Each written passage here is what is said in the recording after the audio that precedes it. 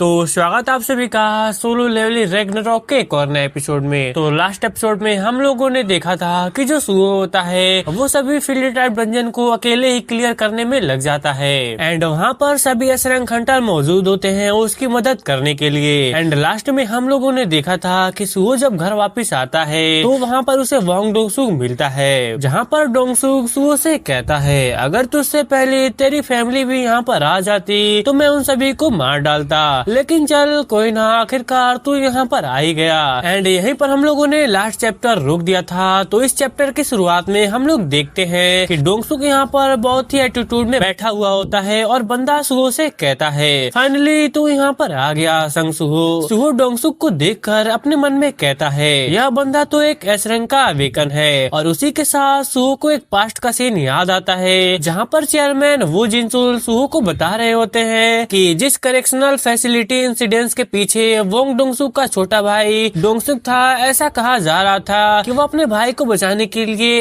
इस इंसिडेंस को क्रिएट किया था और उस इंसिडेंस ने सुओ को हीरो बना दिया था। तो चेयरमैन वो जिनचुल सुओ से कहता है कि अब वो तुम्हारे पीछे जरूर आएगा। आगे चेयरमैन वो जिनचुल सुओ को यह भी बताता है कि वांग डोंगसुक कोरिया में सबसे स्ट्रॉन्गेस्ट एस रैंक हंटर में से एक है और जैसा कि सुहो ने अपने लिए कोई भी गार्ड्स असाइन नहीं किए हैं तो चेयरमैन वो जिनचुल कहता है कि अगर तुम्हारा सामना उसके साथ होता है तो तुम वहाँ से भाग जाना। खैर फ्लैशबैक यहीं पर खत्म होता है और अभी सुहो डोंगसुक को बताता है कि तुम यहाँ पर अपने भाई का बदला लेने के लिए आए हो, बट अब क्या होगा क्योंकि मैं तो वो हूँ नहीं जिसने तुम्हारे भाई को मारा था। तुम्हारे भाई को जिसने मारा था वो है कांग टैक्सिक। और यह सुनकर डोंगसुक अपने मन में सोचता है कि यह लड़का आखिरकार है कौन, इसे सिर्फ मेरे बारे में ही नहीं बल्कि कांग टैक्सिक के बारे में भी पता है। फिर भी डोंगसुक सुओ से कहता है मुझे कोई भी परवाह नहीं है क्योंकि मैं अपने भाई का बदला लेने के लिए तुम्हारे पास नहीं आया हूँ। मैं बस इस बात से नाराज था कि तुम्हारे जैसे किसी लड़के ने मेरे पूरे प्लान को ही चौपट कर कर रख दिया था। इसे सुनकर सुओ थोड़ा सा साइलेंट हो जाता है और फिर वह डोंगसुक से कहता है तुम्हें समझाने का कोई भी फायदा नहीं है, तो चलो हम लोग बाहर जाकर बात करते हैं। इस पर डोंगसुक गुस्सा हो जाता है और वो कहता है मैं तेरी बात क्यों सुनूं। सुहो तो गुस्से में लिटरली अपने एक हाथ से दीवार को तोड़ देता है और वो कहने लगता है कि मेरे अंकल मेरे बारे में बहुत ही ज्यादा सोचते हैं, अगर यहाँ पर कुछ भी होता है तो 5 मिनट के अंदर यहाँ पर हंटर्स इकट्ठा हो जाएंगे और मामला बहुत ही ज्यादा सीरियस हो जाएगा। और फिर आगे हम लोग देखते हैं कि एक खाली जगह पर डोंगसुक और सुहो आ जाते हैं। डोंगसुक यहाँ पर वार्म अप करते हुए सुहो से कहता है मेरे सामने खड़ा होकर भी तुझे डर नहीं लग रहा, इसका मतलब तेरी रीअवेकनिंग की बात सही है, तो क्या तू एक एस रैंक का हंटर है। सुहो कहता है जब तक मेरा रैंक रिवैल्यूएशन नहीं हो जाता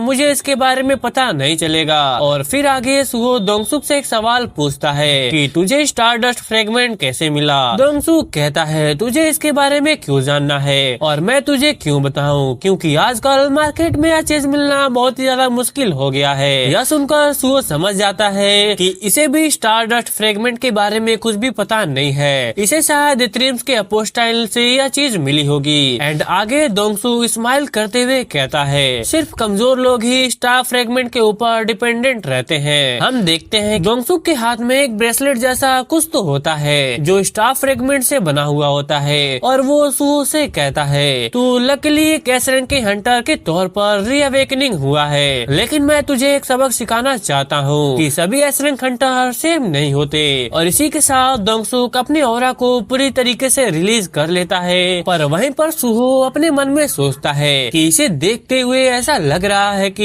यह लिविंगसंग से स्ट्रॉन्ग है, बट एक तरह से देखा जाए तो एस रैंक हंटर से लड़ने का यह मेरा पहला मौका है। और यह सोचने के तुरंत बाद ही सुहो इमीडिएटली डोंगसुक के ऊपर एक पंच करने के लिए जाता है और डोंगसुक भी अपने पैरों से जमीन पर एक हिट करता है जिससे वहाँ का जो जमीन होता है वो उखड़ जाता है और सुहो इससे हैविली इंजर्ड हो जाता है। और आगे हम लोग देखते हैं कि डोंगसुक तो यहाँ पर काफी रेज में आ चुका होता है और वो सुहो से कहता है क्या तू सच में मेरे साथ सीरियसली में फाइट करना चाहता है, जबकि तू एक मामूली समनर टाइप हंटर है, तो चल बाहर निकाल तेरे उस डार्क ह्यूमन टाइप सोल्जर को, मैं देखना चाहता हूँ कि आखिरकार तू कितना ज्यादा ताकतवर है। यह कहने के बाद ही डोंगसुक सुहो को एक जोरदार पंच करता है और सुहो लिटरली काफी दूर जाकर गिरता है। सुहो वो जैसे तैसे खुद को वहाँ पर संभालता है, लेकिन इमीडिएटली डोंगसुक उसके पास आ जाता है उसके पैरों पर हमला करने के लिए। लेकिन इस अटैक को सुहो डॉज कर लेता है और तुरंत ही वह डोंगसुक के मुंह पर एक जोरदार लात मारता है।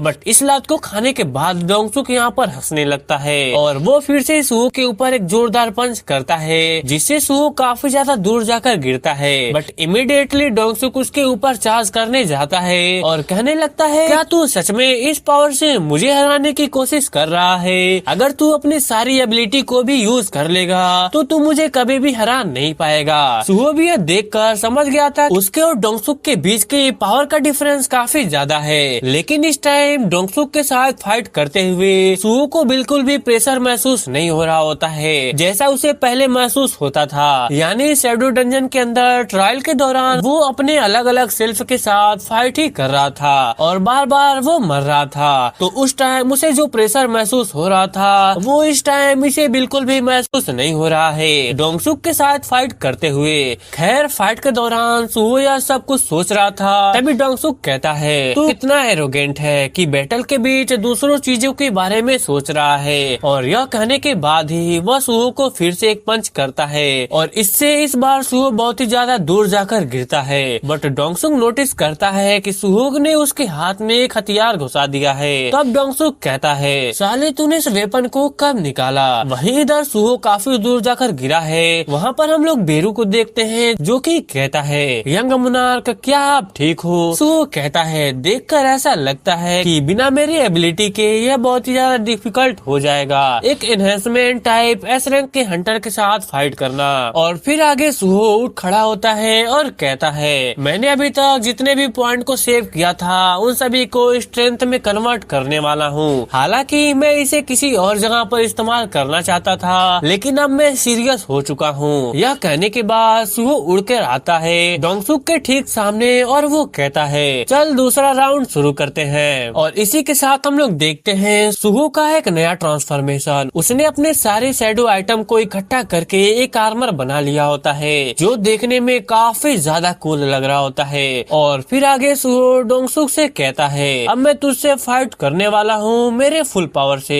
इस पर डोंगसुक कहता है, क्या तुझे लगता है कि तू यह कचरा पहनकर मुझे हरा सकता है? बट अदर साइड डोंगसुक अपने मन में यह भी सोच रहा होता है कि इसके पास यह सभी आइटम आखिरकार आया कहाँ से। बट तभी सडनली डोंगसुक एक प्रेशर को महसूस करता है और आगे से सुहो को देखकर अपने मन में सोचता है कि यह ब्लैक ऑरा आखिरकार ये है क्या। एंड गाइज इस प्रेशर के साथ डोंगसुक को कुछ याद आता है और इसी के साथ हम लोग देखते हैं सोलो लेवलिंग के कुछ पुराने फ्लैशबैक को, जहाँ पर संग जिनवू डोंगसुक को हराने के बाद उसके शैडो को एक्सट्रैक्ट कर लिया था और उसका नाम रखने के टाइम संग जिनवू ने कहा था, तू मेरा है अपने ग्रीड की वजह से, इसलिए तेरा नाम होगा ग्रीड। तो तू बता तुझे यह नाम पसंद आया ना वांग डोंगसुक? और वहीं इसी के साथ हम लोग देखते हैं वांग डोंगसुक का अभी एक रियल लुक और ग्रीड वाला लुक जब वो संग जिनवू का शैडो सोल्जर हुआ करता था। डोंगसुक तो यहाँ पर सभी यादें देखकर काफी ज्यादा शॉक्ड हो चुका था और उसे यह सब चीजें याद आ रही थी। और इसी क्लिप के साथ हमारा जो चैप्टर होता है वह यहीं पर खत्म हो जाता है। तो कमेंट बॉक्स में तुम लोग जरूर बताना कि तुम्हें जो यह एपिसोड है वो कैसा लगा।